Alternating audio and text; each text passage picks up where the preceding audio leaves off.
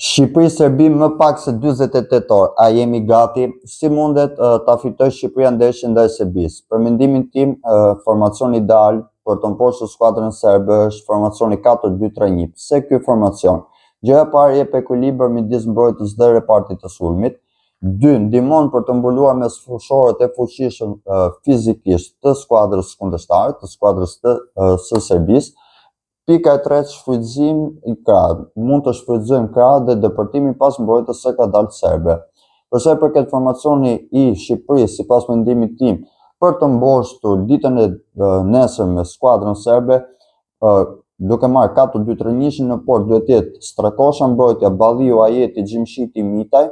Përsa i përket mesfusha e mbrojtës, duhet të jetë përbërë nga Ramadani dhe Aslani, mesfusha ofensive Bajrami, krahë përsa i përket Seferi në krahun e majt dhe Hasani në krahun e djathtë. Sulmi mund të broje nga minuta parë ose Uzuni duke u përdorur si një numër 9. Komentoni mendimin tuaj, a ju pëlqen kjo lloj formacioni për ditën e nesme, a mendoni se me një formacion 4-2-3-1 Shqipëria mund të fitojë ndeshjen kundër Serbisë?